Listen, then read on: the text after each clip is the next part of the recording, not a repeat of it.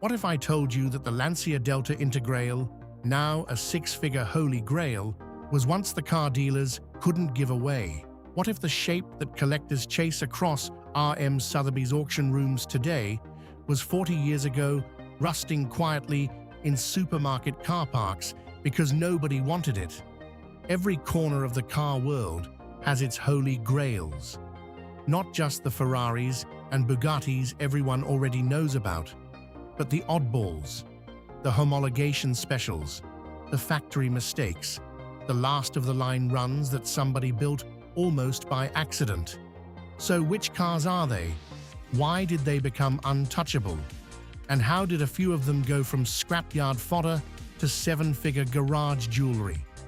Stick around, because a couple of these will surprise you. Lancia Delta Integrale Evoluzione. We start with the Lancia Delta Integrale Evoluzione. If you grew up watching rally in the late 80s and early 90s, this is the shape burned into your memory. Boxy, flared, sitting on those iconic five-spoke wheels, usually sideways, and covered in mud. Now, to understand why it exists, you have to understand what came before it. The deadly Group B era, the wild, overpowered rally cars that were banned after 1986 when the cars got too fast and too dangerous to survive. Group B was replaced by Group A, and Group A had a rule under FYA. Group A homologation, a manufacturer had to build a set number of road-going cars, in this period reportedly 5,000 units, before a car was allowed to compete. That rule is the entire reason road-going Integrales landed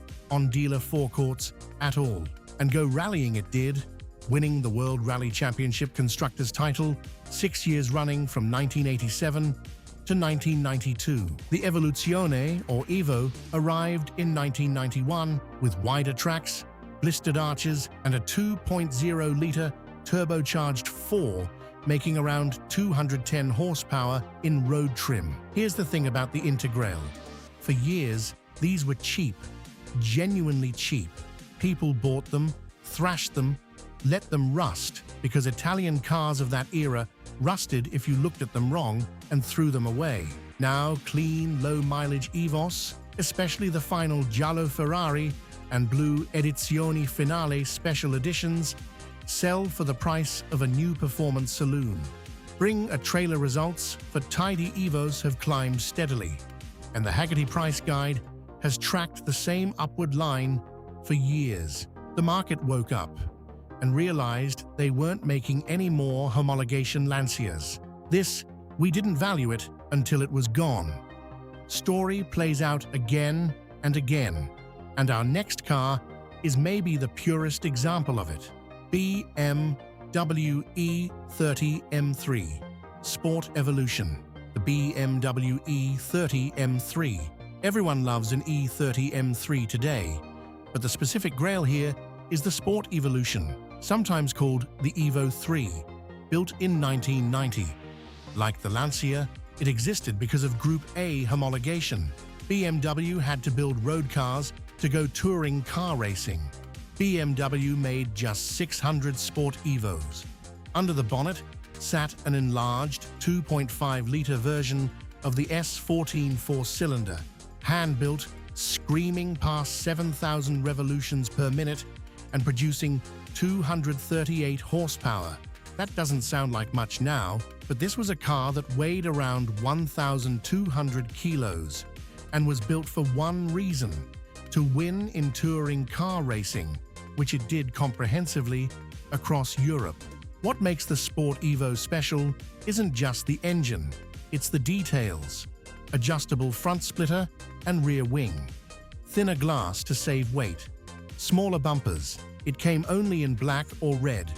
And the brake ducts had little M3 cutouts. Today, a genuine Sport Evo will comfortably clear £250,000 in the right condition, with R.M. Sotheby's having hammered exceptional examples well into that territory.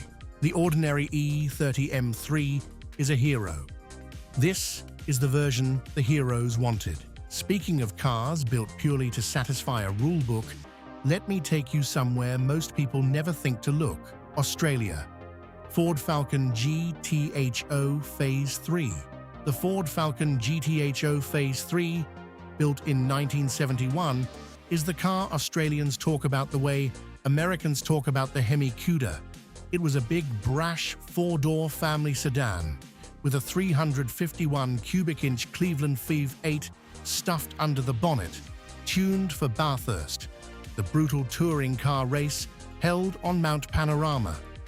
Ford claimed a modest power figure, but it was widely reported that the real number was north of 380 horsepower. And some say the GTHO Phase 3 was briefly the fastest four-door production car in the world. There's a reason you've probably never seen one unless you live down under. They rarely leave Australia, and a good one can crack 7 figures in Australian dollars at auction. A supposed government panic over these supercars for the road, a moral outrage stoked by the press in 1972, reportedly helped kill the whole breed off before a Phase 4 could properly arrive. Only a tiny handful of Phase 4 prototypes were built, and those are essentially priceless. The Phase 3 became the end of the line, and the end of the line is exactly where holy grails tend to live. Our next one is cheaper than everything so far, or at least it used to be. Volkswagen Golf GTI Mark I.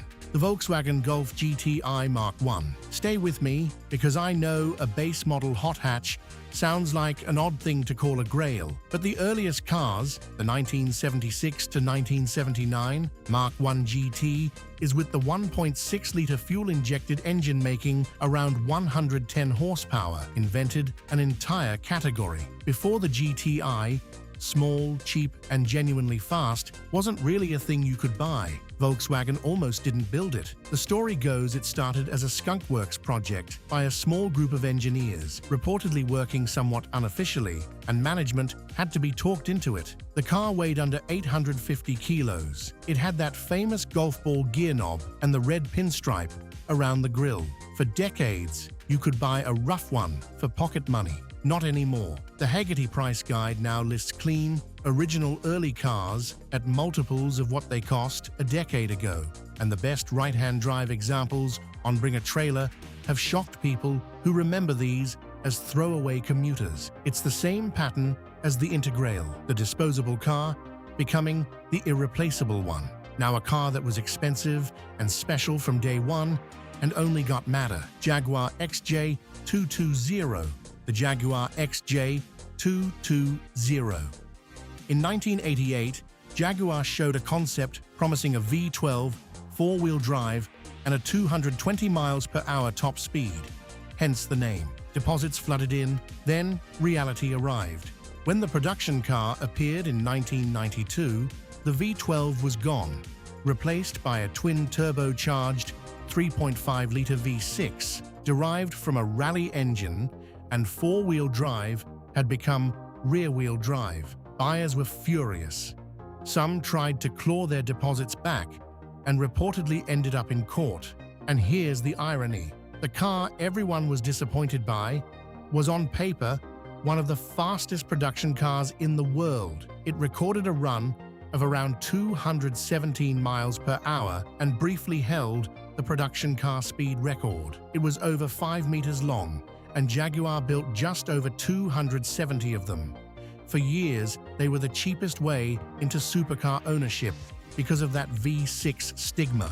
The market has since forgiven the XJ220, and auction results have climbed hard. Sometimes the grail is the car nobody appreciated when it was new, which brings us to a car that suffered almost the same fate for the same reason.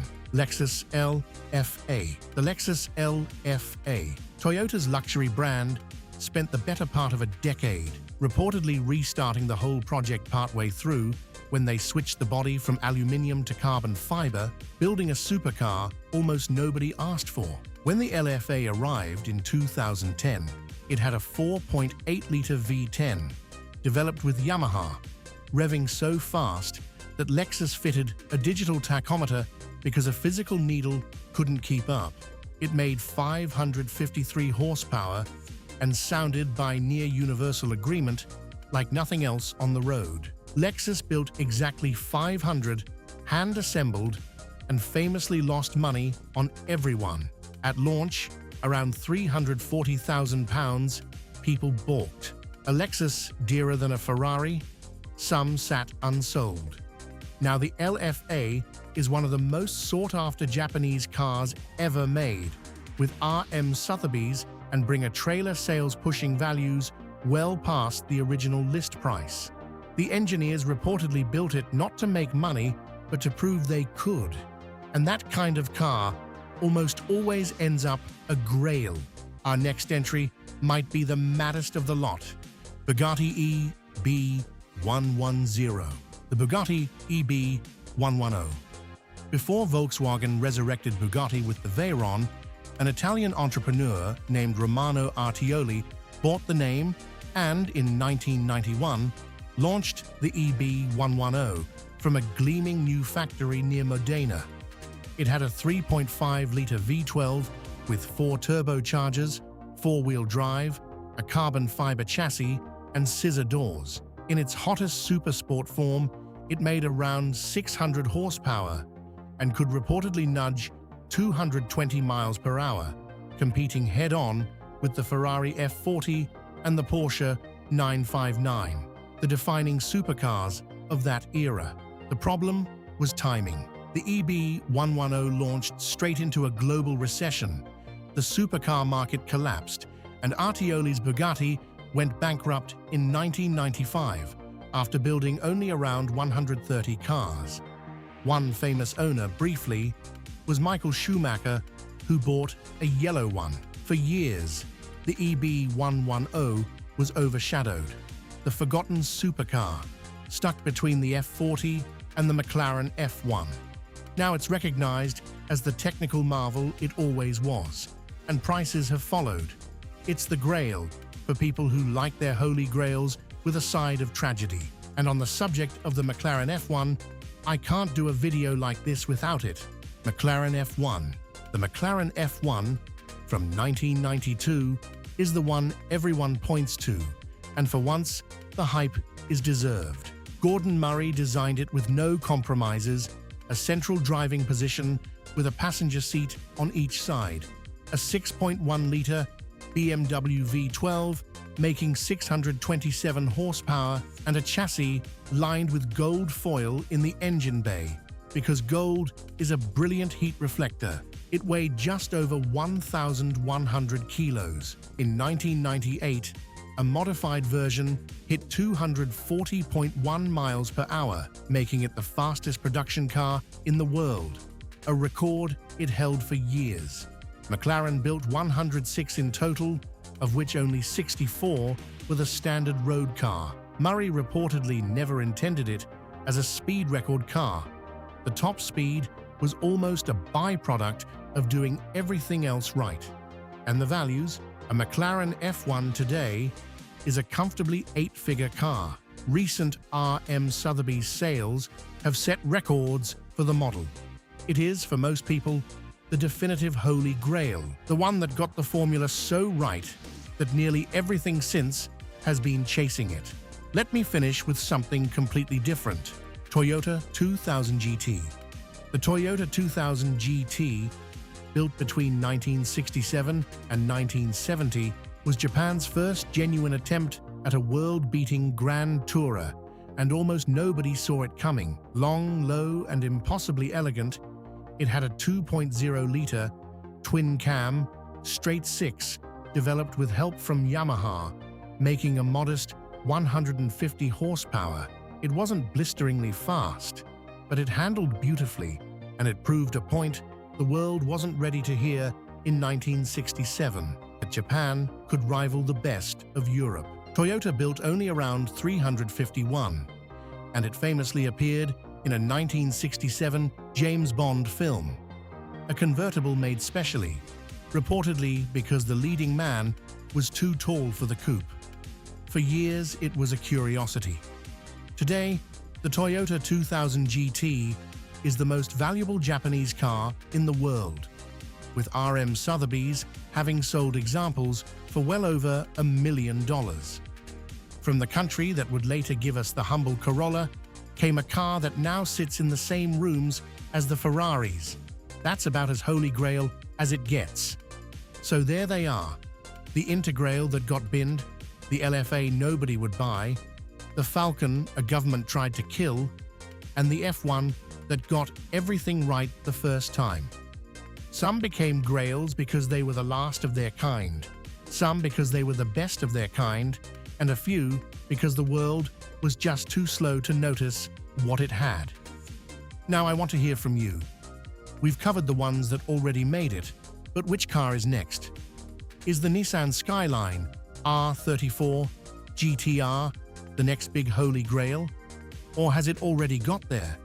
Tell me in the comments what story about cars you want me to cover next. And if you enjoyed this one, do me a favor and hit like and subscribe, because there's plenty more coming. I'll see you in the next one.